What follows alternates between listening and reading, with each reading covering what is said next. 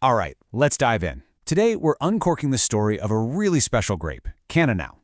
We're heading to a sun-drenched Mediterranean island to discover a wine that is just so deeply connected to its land and its people. And what a journey it is. I mean, this invitation from a sommelier just sets the mood perfectly, doesn't it? It says, get ready for a sensory journey to the heart of the Mediterranean. We're not just talking about a grape here, we're talking about an entire experience. Something that captures the power of the sun and the soul of the sea. And that right there is the heart of it all. See, Cannonau isn't just grown in Sardinia. For all intents and purposes, it is Sardinia in a glass. It's a symbol of the island's identity, its long history, and its culture.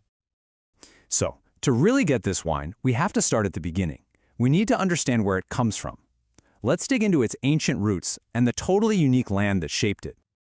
Okay, so this is where it gets really interesting. There's this huge, passionate debate. For centuries, pretty much everyone accepted that Cannonau was brought over from Spain, where they call it Grenache. But recent discoveries of ancient grape seeds right there on the island have completely shaken that up. This new evidence suggests that Cannonau might actually be a true Sardinian native, and we're talking thousands of years old. This isn't just some boring historical detail. It's a massive point of regional pride. But hey, regardless of where it first sprouted, there is absolutely no doubt that Sardinia is Cannonau's perfect home. You've got this incredible combination of factors. There's the intense hot sun that ripens the fruit beautifully, but then you have these cool sea breezes that sweep in and act like a natural air conditioner. They keep the grapes from getting too ripe and, crucially, lock in that refreshing acidity. On top of all that, you have this patchwork of different soils, granite, limestone, clay, that all add their own little layer of complexity. It's the perfect recipe. So we have the perfect grape in the perfect place. Now what happens next? Let's explore the art of how winemakers actually turn that grape into the wine we love. The one thing you really have to understand about Cannonau and the winery is its incredible versatility. This is not a one-trick pony, not at all. In the hands of a talented winemaker, this single grape can be shaped into a whole spectrum of different styles, which is honestly one of the things that makes it so exciting to explore. This table here gives us a fantastic snapshot of that versatility. So if a winemaker wants to make something fresh, fruity, and easy to drink, that's the Tinto Jovem or Young Red, they'll keep the skin contact short and use stainless steel tanks to preserve all those bright fruit flavors. But if they're aiming for a serious complex red that you can cellar for years, they'll let the skins macerate for a long time and age the wine in oak barrels to build up that structure and those amazing spice and leather notes. And hey, with just a tiny bit of skin contact, you get a beautiful aromatic rosé. It really all comes down to the choices made in the winery. We've covered the history, the land, the winemaking. Now for the best part. What does this stuff actually taste like? Let's explore the essence of Cannonau right there in the glass. Okay, so smelling a glass of Cannonau is like taking a walk through the Sardinian countryside. I'm not kidding. When it's young, it's just bursting with ripe red fruits. Think cherry, raspberry, blackberry.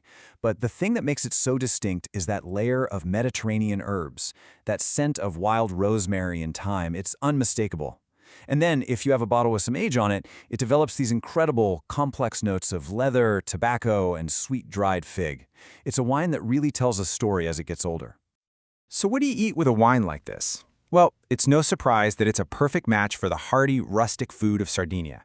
We're talking roast lamb, wild boar stew, and especially the island's famous roast suckling pig porsetto. The wine structure and that bright acidity just slice right through the richness of the meat. It's a classic pairing for a reason. But you know what? It's also versatile enough to go with things like smoky barbecue or a spiced Moroccan tagine. It can definitely hold its own.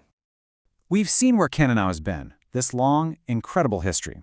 To finish our journey, let's take a quick look at where it's going and what the future might hold for this ancient grape. The road ahead isn't without its challenges. Climate change is a very real threat. Rising temperatures could push alcohol levels too high and burn off that crucial acidity. And of course, it has to compete on the world stage against huge names like Cabernet and Merlot. But the opportunities are massive. Right now, there's a huge trend of people wanting to discover unique native grapes. They're tired of the same old thing. And Cannonau fits that description perfectly. Plus, as more and more people discover just how beautiful Sardinia is through tourism, they also end up discovering its signature wine. And this all brings us to one final big question. Cannonau has been the treasured soul of Sardinia for centuries, maybe even millennia. But right now, it's standing at a crossroads. Can it take its ancient roots, its unique character, and its undeniable quality, and step out of the island's shadow to become a true global icon? From Sardinian treasure to world icon? Well, only time will tell. Thanks for joining us on this journey.